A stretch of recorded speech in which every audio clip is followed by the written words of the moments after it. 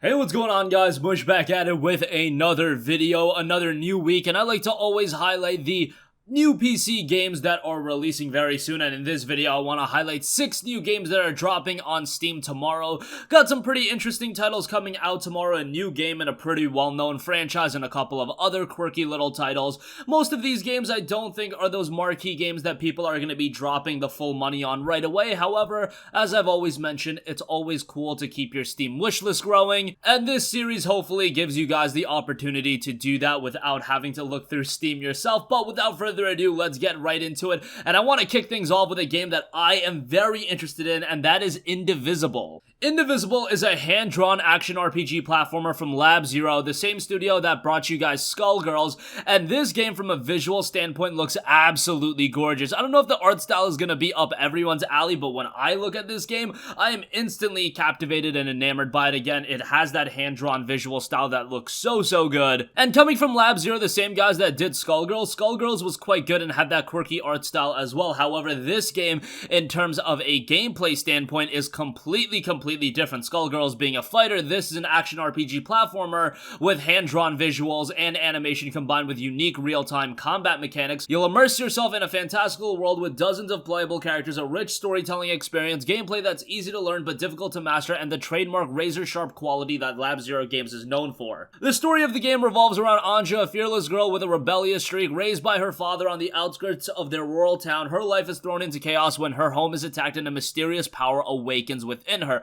Pretty standard stuff as far as story goes, in terms of being more of a zero to hero type storyline where you come from nothing and then you suddenly become the savior of the world. Whatever the case may be, I think this game looks rather good, and I think a lot of you guys, just when you look at the game, will be instantly hooked by it as well. And again, it does drop tomorrow. The only drawback to this one is it is $39.99, which is a hefty price point. $36 if you do buy it through the pre-order, and you'll save 10%. Don't know if that's worth a buy right away, just because $40 is a hefty price point, even if you pay $36, whatever. That's just a lot to drop on a PC game, but one that definitely is worth keeping on your wishlist. And who knows, maybe down the line when it goes on sale, when it appears in a humble bundle, it'll be worth a playthrough then. Alright, moving on from that, we have Space Robinson Hardcore Roguelike Action. This game looks really great. Being a roguelike action adventure title with pixel graphics, it notes you think you are a diehard. Here you will die quick, a proper hardcore RPG action where you will die a million times across a myriad of procedurally generated levels. Extremely difficult but highly addictive indie gem in your Steam game collection. Never actually really heard a game describe itself as like this hidden indie gem, but whatever the case may be, this game looks really good from a visual standpoint.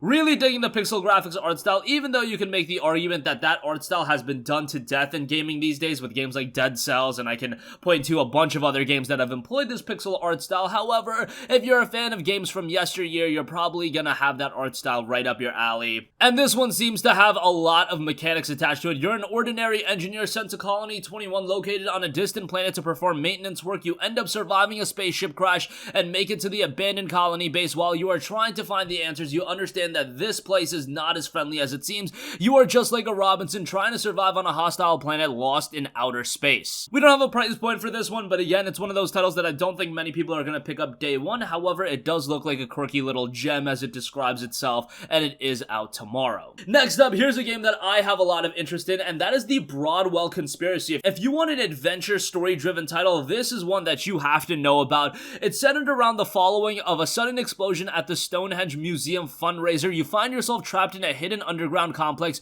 Your only means of escape is by sending photographs of your surroundings to another survivor confined elsewhere in the museum. The game itself is created by a team of award-winning BAFTA luminaries and AAA veterans with over 60 years of combined experience. The Broadwell Conspiracy has a highly stylized, narrative-driven first-person experience featuring an assortment of innovative puzzles and lore-enriching secrets. Are you ready to delve into a world of corporate duplicity? An immersive first-person narrative, an NPC relationship like no other via the Broadwell guide glasses, photographic messaging, original 3D printing gameplay mechanic used to solve the many challenging puzzles throughout, and a brutalist art style unique to the Broadwell universe with a detailed interactive environment. Again, the Broadwell Conspiracy is due out tomorrow. If you're into games with a heavy emphasis on the story, that's definitely one to know about as well. Moving on from that, here's a relatively major release. The latest game in the Trine franchise is out tomorrow with Trine 4 The Nightmare Prince. The best-selling Trine series returns to the magic of 2.5D. Join 3 iconic heroes as they set off on a quest through fantastical fairy tale landscapes to save the world from the Nightmare Prince's shadow. Now, what you need to know about Trine is that these games generally do go on sale pretty quickly. If you look at Trine, Trine 2, and Trine 3,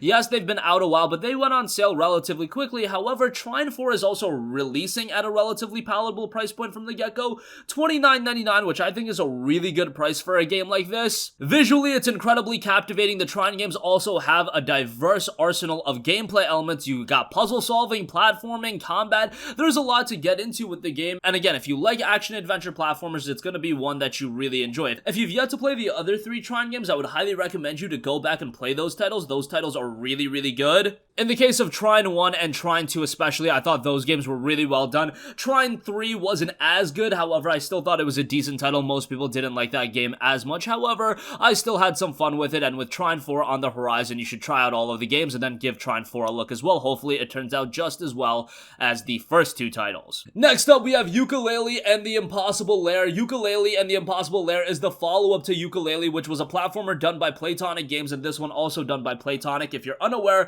Playtonic is actually home to a lot of developers that worked on old-school platformers such as Donkey Kong Country, and this really brings you back to the heydays of platformers where you have these 2 mascot characters in Yuka and Laylee, and they go on a platforming adventure together. The first game was really good, and Impossible Lair is a brand new platform adventure from some of the key creative talent, as I mentioned, behind Donkey Kong Country. With their arch nemesis capital B up to no good, the buddy duo needs to spring into action once again to save the day. To thwart his evil plan of using a hive mind device to enslave an entire kingdom of bees, our heroes need to take the fight to capital B's Impossible Lair. Things look tough, but with the help of Queen Phoebe and her royal battalion, Yuka and Laylee might just have a chance. If you've yet to play the first Ukulele, I would go back and play that game, as that game was pretty well done. Ukulele and The Impossible Lair, the reviews for it are already coming out and they're looking pretty good. The game has a 79 on Metacritic, which, yes, I know these days every game is getting like an 85 and up, but a 79 is still a really good score, and especially for a game that wasn't getting a lot of hype. Generally speaking, from my experience and my observation of things, when games have a lot of hype attached to them, they generally just also have a higher score attached to them, even though sometimes, in my personal opinion, it isn't deservingly so. However, Ukulele and The Impossible Lair, I think, is going to be a quality title. This is going to be priced at $30, so again, a relatively hefty price point for this one, but one to keep on your wish list just like the other games, or if you did enjoy the first title. Again, $30 is just a lot for games these days because the relative price of PC games have just gotten so much lower, and people have gotten accustomed to waiting for games and getting them super cheap.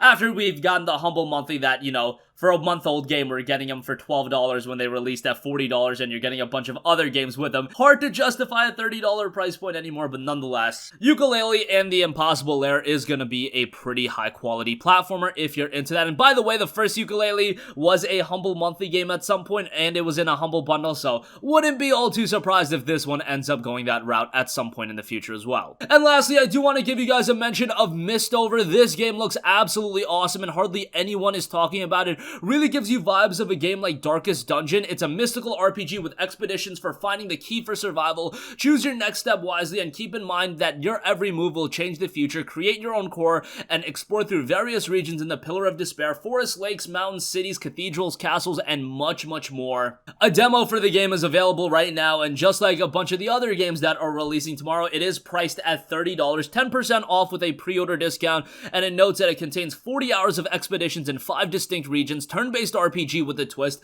It can change based on your actions. Maps are always ever-evolving. Practice different strategies in order to survive, and build an invincible corpse by combining and strategizing with 8 different core classes. Learn new skills and upgrade equipment to enhance corpse crew members, and the mist influences everything that happens in the game. A lot of depth to the gameplay. The art style, again, very reminiscent to Darkest Dungeon, where it does employ something that's a little bit more dark, a little bit more atmospheric, a little bit more drab, and I can definitely get into that because it is a little bit different than all of the other games on this list that are employing something a little bit more colorful. All of the art styles work, but I feel like Mistover has something very unique going on for it. And that's gonna conclude this video. Again, we don't have like a big budget marquee release coming tomorrow. However, I think we have a lot of high quality titles from Indivisible, Space Robinson, hardcore roguelike action looks great. The Broadwell Conspiracy reminds me a lot of Firewatch, and I think that's gonna surprise a lot of people. Trine 4, I would say, is a major release. Ukulele is getting a follow-up, and Mistover looks great as well. So that's gonna conclude conclude this video. If you guys have a request for a future video, you can leave that in the comment section down below, and I will catch you guys in the next one. Peace out. Hey, what's going on, guys? Mush here again. Hope you enjoyed the video. As you guys might know, YouTube's notification system is sometimes a little bit wonky, even if you're subscribed to the channel. Maybe you're not abundantly aware that I uploaded a video. To remedy that situation, make sure you hit the bell notification button. This way, whenever I upload a new video, and I try to upload as consistently as possible, you will be notified directly of the upload, and you can watch it as soon as it goes live. I would really appreciate if you guys hit that button so you can stay up to date with all of the content I'm posting. But as always, guys, thanks for watching, and I'll catch you guys in the next one. Peace out.